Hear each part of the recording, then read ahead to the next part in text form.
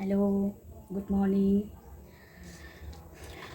আমি সকালে করে একটা কি বলবো পানীয় খাই, সেটা তোমাদেরকে আজকে দেখাবো। খুবই হেলদি শরীরের জন্য, খুবই ভালো, উপকারী। এটা আমিও দেখেছি সোশ্যাল মিডিয়াতে, সবাই খেয়ে খুব উপকার পেয়েছে, আর আমিও বেশ 1 মাস ধরে খাচ্ছি, অনেক উপকার পেয়েছি। চলো তোমাদেরকে দেখাই। এটা সত্যি খুবই উপকারী। আমি তো প্রায় 1 মাস ধরে খাচ্ছি, আমি খুব ভালো রেজাল্ট পেয়েছি। যেমন স্কিনের জন্য, তেমনি রক্ত কম থাকলে সেটাও পূরণ হয়। তারপর হচ্ছে ওয়েট লস করে, মানে খুবই উপকারী। আর প্রতিদিন খাই না, একদিন ছাড়া ছাড়া কিন্তু এটা আমি খাই। তো যাই হোক, আমি এখানে সমস্ত কিছু কেটে নিয়েছি, দেখতেই পাচ্ছ। বিট নিয়েছি, বিটটাকে টুকরো করে কেটে নিয়েছি। তারপরে আমলকি নিয়েছি, আমলকিটাকেও টুকরো টুকরো করে কেটে নিয়েছি। আর একটু কাঁচা হলুদটাকেও কেটে নিয়েছি। গাজর নিয়েছি।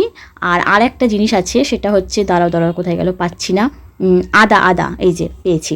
আদা একটু টুকরো করে নিয়েছি, ব্যাস। এর মধ্যে আমি আর কিচ্ছু দেবো না। একটু গোলমরিচ চাইলে দেওয়া যেতে পারে ফ্লেভারের জন্য, তবে আমি আর গোলমরিচটা দিচ্ছি না, এটা এমনিই ভালো লাগে খেতে। তো এবার জল দিয়ে খুব ভালো করে এটাকে ব্লেন্ড করে নিয়ে তারপর এটাকে ছেঁকে নেব। এটা চাইলে এমনি শুধুই খাওয়া যেতে পারে। আমি যখন প্রথম খেতাম তখন কিন্তু ছেঁকে খেতাম না, এমনিই খেয়ে নিতাম।